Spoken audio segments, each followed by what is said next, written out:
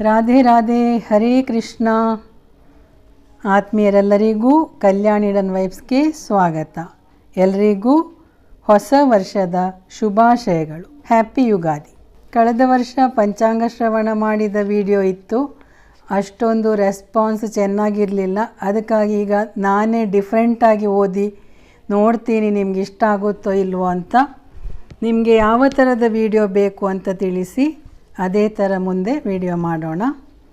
ಪಂಚಾಂಗ ಅಂತ ಒಂದು ವಸ್ತು ಇದೆ, ತಗೊಂಡು ಬನ್ನಿ ಮನೇಲಿಡಿ, ಅದನ್ನು ದಿನ ಓದಿ ಅಂತ ಆಗಾಗ ಹೇಳ್ತಾ ಇರ್ತೀನಿ.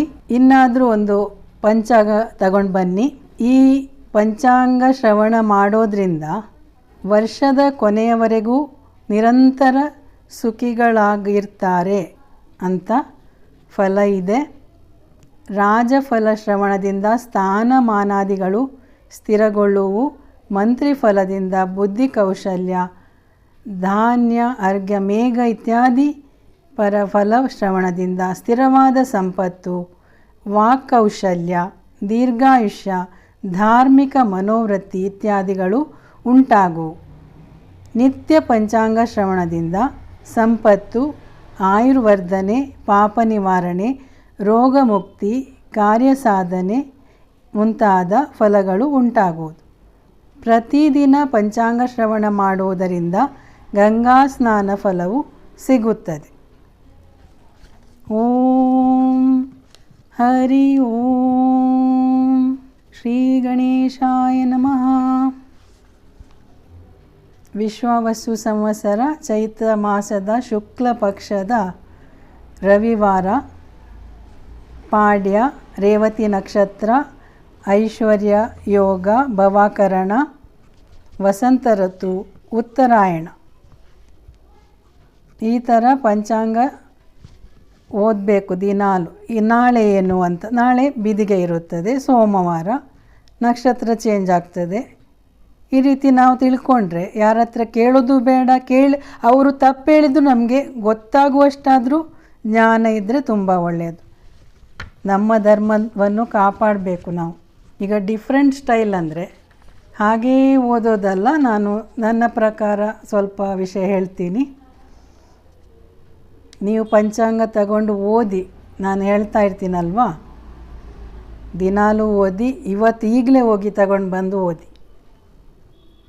ಕನ್ನಡದಲ್ಲೂ ಇರುತ್ತೆ ಅರ್ಥ, ಸಂಸ್ಕೃತದಲ್ಲೂ ಇರುತ್ತೆ, ಯಾವುದು ಬೇಕೋ ಹಾಗೆ. ಸ್ವಸ್ತಿ. ಶ್ರೀಮನ್ನಾರಾಯಣನ ನಾಭಿ ಕಮಲದಿಂದ ಉದ್ಭವಿಸಿದ ಚತುರ್ಮುಖ ಬ್ರಹ್ಮನ ಶ್ವೇತ ವಾರಾಹ ಕಲ್ಪವೆಂಬ ಹಗಲಿನಲ್ಲಿ ಒಂದಿಷ್ಟು ವರ್ಷ ಇದೆ. ಅಷ್ಟಾಯಿತು. ಅದು ಎಷ್ಟು ಅಂತ ಹೇಳಿ ನೋಡು.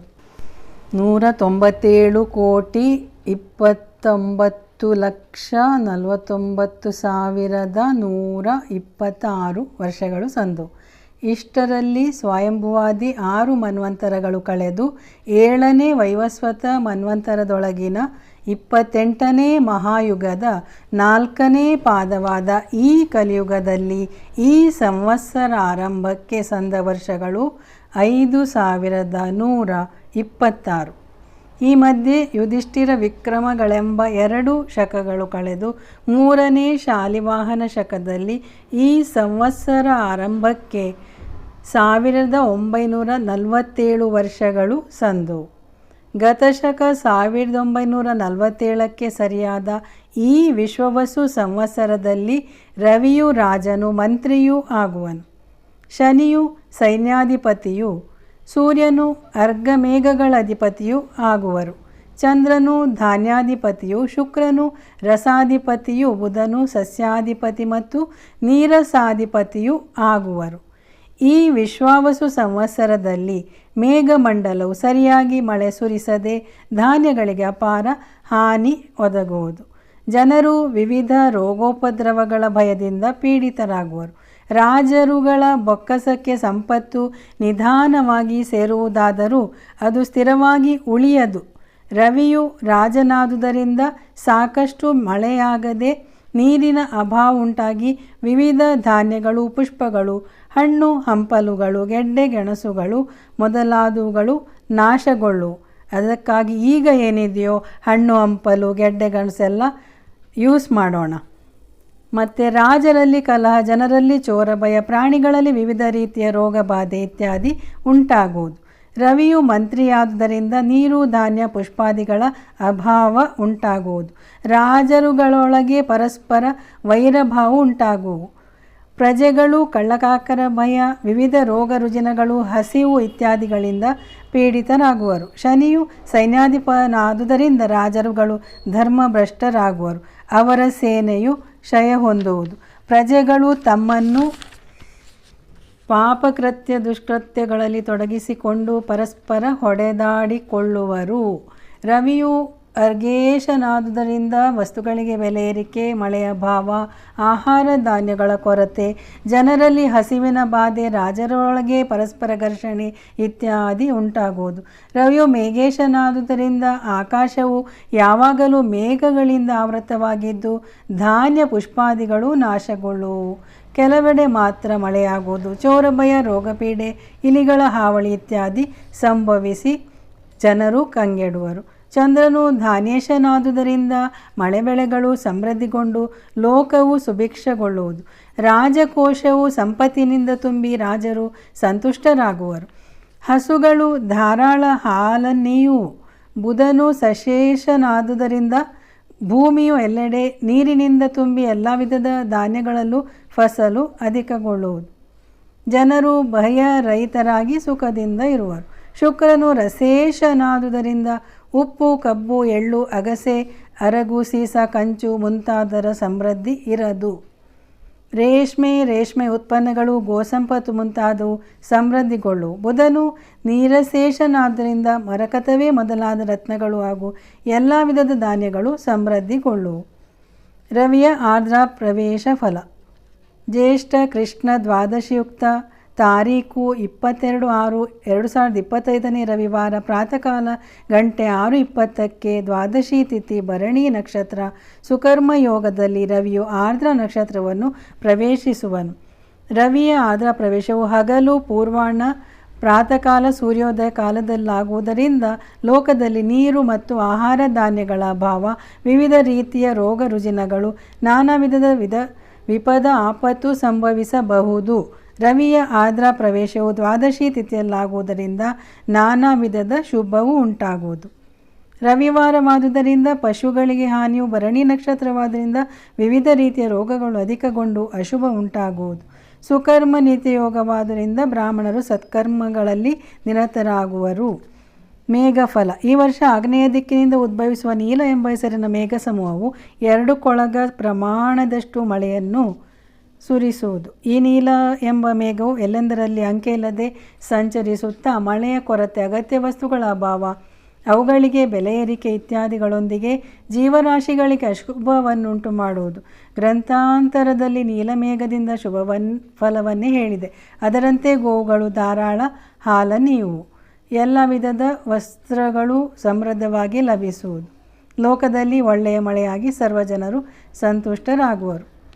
ಮೇಷ ಸಂಕ್ರಾಂತಿ ಫಲ. ಚೈತ್ರ ಕೃಷ್ಣ ಪಾಡ್ಯಯುಕ್ತ ತಾರೀಕು 13/4/2025 ರವಿವಾರ ರಾತ್ರಿ ಗಂಟೆ 3:21ಕ್ಕೆ ಸೂರ್ಯನು ಮೇಷರಾಶಿಯನ್ನು ಪ್ರವೇಶಿಸುವನು. ಸಂಕ್ರಾಂತಿಯು ರಾತ್ರಿ ವೇಳೆಯಲ್ಲಾಗುವುದರಿಂದ ಲೋಕದಲ್ಲಿ ಸುಭಿಕ್ಷ ಉಂಟಾಗುವುದು. ರವಿವಾರವಾದ್ದರಿಂದ ಅಗತ್ಯ ವಸ್ತುಗಳ ಬೆಲೆ ಏರಿಕೆ, ನಂದಾತಿಥಿಯಾದ್ದರಿಂದ ಸಾಕಷ್ಟು ಮಳೆಯಾಗದೆ ಜನರು ಆತಂಕಗೊಳ್ಳುವರು. ಮಕರ ಸಂಕ್ರಾಂತಿ ಫಲ. 14/1/26 ಬುಧವಾರ 3:07ಕ್ಕೆ ಬಾಲವಕರಣದಲ್ಲಿ ಸೂರ್ಯನು ಮಕರ ರಾಶಿಯನ್ನು ಪ್ರವೇಶಿಸುವನು. ಸಂಕ್ರಾಂತಿಯು ಅಪರಾಹ್ನ ವೇಳೆಯಾಗುವುದರಿಂದ ವಿಶೇಷವಾಗಿ ವೈಶ್ಯ ಸಮುದಾಯಕ್ಕೆ, ವ್ಯಾಪಾರ ಕ್ರಯ ವಿಕ್ರಯಾದಿ ವ್ಯವಹಾರ ಉಳ್ಳವರಿಗೆ ಹಾನಿಯುಂಟಾಗುವುದು. ಮಂದಾಕಿನಿ ಎಂಬ ಹೆಸರಿನ ಭೂತ ಜಾತಿಯ ಕುಮಾರಿ ವಯಸ್ಸಿನ ಈ ಸಂಕ್ರಾಂತಿಯು ಹಳದಿ ವರ್ಣದ ವಸ್ತ್ರವನ್ನುಟ್ಟು, ಪರ್ಣದ ಕಂಚುಕವನ್ನು ತೊಟ್ಟು, ಕುಂಕುಮವನ್ನು ಮೈಗೆ ಲೇಪಿಸಿಕೊಂಡು, ಜಾಜಿ ಪುಷ್ಪವನ್ನು ಮುಡಿಗಿರಿಸಿಕೊಂಡು, ಮುತ್ತಿನ ಆಭರಣದಿಂದ ಅಲಂಕರಿಸಿಕೊಂಡು, ಬೆಳ್ಳಿಯ ಪಾತ್ರೆಯಲ್ಲಿ ಪಾಯಸವನ್ನು ಮೆಲ್ಲುತ್ತಾ, ಗದಾಯುಧವನ್ನು ಧರಿಸಿ, ಹುಲಿಯನ್ನೇರಿ, ಕುದುರೆಯನ್ನು ಉಪವಾಹನವಾಗಿಸಿಕೊಂಡು, ದಕ್ಷಿಣ ದಿಕ್ಕಿಗೆ ಮುಖ ಮಾಡಿ ವಾಯುವ್ಯ ದಿಕ್ಕಿಗೆ ನೋಡುತ್ತಾ ಪಶ್ಚಿಮ ದಿಕ್ಕಿನತ್ತ ಪ್ರಯಾಣಿಸುತ್ತಿರುವುದು. ಮಂದಾಕಿನಿ ಹೆಸರಿನ ಈ ಸಂಕ್ರಾಂತಿಯು ರಾಜರುಗಳಿಗೆ ಸುಖ ಸಂಪದಾದಿಗಳನ್ನು, ದ್ರವ್ಯವನ್ನು ಉಂಟು ಮಾಡುವುದು. ಸಂಕ್ರಾಂತಿ ಉಪಯೋಗಿಸಿದ ವಸ್ತುಗಳಿಗೆ ಯಾವಾಗಲೂ ವಿಶೇಷ ಬೆಲೆ ಏರಿಕೆಯಾಗಲಿ ಹಾನಿಯಾಗಲಿ ಉಂಟಾಗುವುದು. ಸಂಕ್ರಾಂತಿಯ ಗಮನಾವಲೋಕನಾದಿ ದಿಕ್ಕುಗಳಿಂದ ಸಂಹಿತವಾದ ರಾಜದೇಶಾದಿಗಳಲ್ಲಿ ವಿಶೇಷವಾಗಿ ಪ್ರಜಾಹಾನಿ, ರೋಗರುಜಿನ, ಪ್ರಾಕೃತಿಕ ವಿಕೋಪ ಮುಂತಾದ ನಾನಾ ವಿಧದ ಅನಿಷ್ಟಗಳು ಸಂಭವಿಸುವುದು. ವಿಶೇಷವಾಗಿ ಪಶ್ಚಿಮ, ದಕ್ಷಿಣ ಮತ್ತು ವಾಯುವ್ಯ ದಿಕ್ಕುಗಳಲ್ಲಿ ಅತ್ಯಂತ ಹಾನಿ ಒದಗುವುದು. ಗುರುಚಾರ ಫಲ. ವರ್ಷಾರಂಭದಲ್ಲಿ ವೃಷಭ ರಾಶಿಯಲ್ಲಿದ್ದ ಗುರು ವೈಶಾಖ 14/5/2025 ಬುಧವಾರ ರಾತ್ರಿ 10:36ಕ್ಕೆ ಮಿಥುನ ರಾಶಿಯನ್ನು ಪ್ರವೇಶಿಸುವನು. ಅಲ್ಲಿ ಶೀಘ್ರಗತಿಯಲ್ಲಿ ಕ್ರಮಿಸುತ್ತಾ 18ನೇ ತಾರೀಕು ಅಕ್ಟೋಬರ್ 18ನೇ ತಾರೀಕು ಶನಿವಾರ ರಾತ್ರಿ ಕರ್ಕಾಟಕ ರಾಶಿಯನ್ನು ಪ್ರವೇಶಿಸುವನು. ಕಾರ್ತಿಕ ಕೃಷ್ಣ ಸಪ್ತಮಿಯುಕ್ತ 11/11/2025 ಕುಜವಾರ ರಾತ್ರಿ 10:11ಕ್ಕೆ ವಕ್ರಗತಿಯನ್ನು ಹೊಂದುವ ಗುರುವು ಮಾರ್ಗಶಿರ ಕೃಷ್ಣ ಪಾಡ್ಯಯುಕ್ತ 5/12/25 ಶುಕ್ರವಾರ ಪುನಃ ವಕ್ರಗತಿಯಲ್ಲಿ ಮಿಥುನ ರಾಶಿಯನ್ನು ಪ್ರವೇಶಿಸಿ ಫಾಲ್ಗುಣ ಕೃಷ್ಣ ಅಷ್ಟಮಿಯುಕ್ತ ತಾರೀಕು 11/3/26 ಬುಧವಾರ ಪೂರ್ವಾಹ್ನ 9:09ಕ್ಕೆ ಮತ್ತೆ ಸಮಗತಿಯನ್ನು ಪಡೆಯುವನು. ಗುರು ಮಿಥುನ ರಾಶಿಯಲ್ಲಿ ಸಂಚರಿಸುವಾಗ ರಾಜರುಗಳು ಕಲಹ ಯುದ್ಧದಲ್ಲಿ ಉತ್ಸುಕರಾಗುವರು. ಕೆಲವೆಡೆ ಮಾತ್ರ ಮಳೆಯಾಗಿ ಸಸ್ಯ ಸಂಪತ್ತಿಗೆ ಹಾನಿ. ಲೋಕದಲ್ಲಿ ಈತಿ ಬಾಧೆಯ ಭಯವು ಕಾಡುವುದು. ಗುರು ಕರ್ಕಾಟಕ ರಾಶಿಯಲ್ಲಿರುವಾಗ ಮೇಘಗಳು ಧಾರಾಳ ಮಳೆ ಸುರಿಸುವು. ಸಸ್ಯ ಸಂಪತ್ತು ಸಮೃದ್ಧವಾಗಿ ಬೆಳೆಯುವುದು. ಗೋವುಗಳು ಧಾರಾಳ ಹಾಲನ್ನೀಯುವು. ವಿಪ್ರರು ಯಜ್ಞಯಾಗಾದಿಗಳಲ್ಲಿ ತತ್ಪರರಾಗುವರು. ಗುರು ಮೃಗಶಿರ ಮತ್ತು ಆರ್ದ್ರ ನಕ್ಷತ್ರಗಳಲ್ಲಿರುವಾಗ ಧಾರಾಳ ಮಳೆಯಾಗಿ ಲೋಕದಲ್ಲಿ ಸುಭಿಕ್ಷ ಉಂಟಾದರೆ, ಮುಂದೆ ಪುನರ್ವಸು ನಕ್ಷತ್ರದಲ್ಲಿರುವಾಗ ಅನಾವೃಷ್ಟಿಯ ಕಾರಣದಿಂದ ದುರ್ಭಿಕ್ಷವೂ ಉಂಟಾಗುವುದು. ಶನಿಚಾರ ಫಲ. ಈ ವರ್ಷ ಪೂರ್ತಿ ಮೀನರಾಶಿಯಲ್ಲಿ ಸಂಚರಿಸುವ ಶನಿಯು ಆಷಾಢ ಕೃಷ್ಣ ತೃತೀಯಯುಕ್ತ 13/7/25 ರವಿವಾರ ಪೂರ್ವಾಹ್ನ 9:37ಕ್ಕೆ ವಕ್ರಗತಿಯನ್ನು ಹೊಂದಿ ಮಾರ್ಗಶಿರ ಶುಕ್ಲ ಅಷ್ಟಮಿಯುಕ್ತ ತಾರೀಕು 28/11/25 ಶುಕ್ರವಾರ ಪೂರ್ವಾಹ್ನ 9:21ಕ್ಕೆ ಪುನಃ ಸಮಗತಿಯನ್ನು ಹೊಂದುವನು. ಶನಿಯು ಮೀನರಾಶಿಯಲ್ಲಿ ಸಂಚರಿಸುವಾಗ ರಾಜರುಗಳ ಮಧ್ಯೆ ದೇಶಗಳ ಮಧ್ಯೆ ಪ್ರಕ್ಷುಬ್ಧ ವಾತಾವರಣ ಏರ್ಪಡುವುದು. ದಸ್ಯುವರ್ಗವು ವಿಜೃಂಭಿಸುವುದು. ದಸ್ಯುವರ್ಗ ಅಂದರೆ ಚೋರರು, ದರೋಡೆಕೋರರು, ದಂಗೆಕೋರರು, ಸಮಾಜಘಾತುಕ ಶಕ್ತಿಗಳು. ಅಲ್ಲಲ್ಲಿ ಭೂಕಂಪ, ಮುಖ್ಯವಾಗಿ ನಾಗಲೋಕ, ಪಾತಾಳಲೋಕ ಅರ್ಥಾತ್ ಈಗಿನ ಅಮೇರಿಕ. ವಿದ್ವಜ್ಜನರುಗಳ ಅವನತಿ, ಪ್ರಜಾಕ್ಷಯ, ಕೆಲವೆಡೆ ಅನಾವೃಷ್ಟಿ, ಕೆಲವೆಡೆ ಅತಿವೃಷ್ಟಿ. ಹೀಗೆ ಮೇಘಗಳು ವಿಚಿತ್ರವಾಗಿ ವರ್ತಿಸುವು. ಗ್ರಹರು ಹಾಗೂ ಸೂರ್ಯಚಂದ್ರ ರಶ್ಮಿಗಳು ಕ್ಷೀಣಿಸುವು. ಗಾಳಿಯು ಅತಿಯಾಗಿ ಬೀಸುವುದು. ವೃಕ್ಷ ಸಸ್ಯ ಸಂಪತ್ತು ಹಾನಿಗೊಳಗಾಗುವುದು. ನಾನಾ ವಿಧದ ಅಪಮೃತ್ಯುಗಳು ಸಂಭವಿಸುವುದು. ನದಿಗಳು ನೀರಿಲ್ಲದೆ ಬತ್ತಿ ಹೋಗುವು. ಬಂಗಾರವು ನೋಡಲೂ ದುಬಾರಿ ಎನಿಸುವುದು. ಅಧಿಕಾರಿ ವರ್ಗದವರು ದಾರುಣವಾಗಿ ವರ್ತಿಸುವರು. ಪ್ರಜೆಗಳು ರಾಜರುಗಳಿಂದ, ಅಧಿಕಾರಿ ಜನರಿಂದ ನಾನಾ ರೀತಿಯಲ್ಲಿ ಪೀಡಿಸಲ್ಪಡುವರು. ಈ ವರ್ಷವು ಪಾಪಗ್ರಹರಿಗೆ ಹೆಚ್ಚಿನ ಅಧಿಕಾರವಿರುವುದರಿಂದ ದುರ್ಭಿಕ್ಷ ಮತುಲಂ ಪ್ರಭೂಣಾಂ ಚ ಮಿಥೋ ವೈರಂ.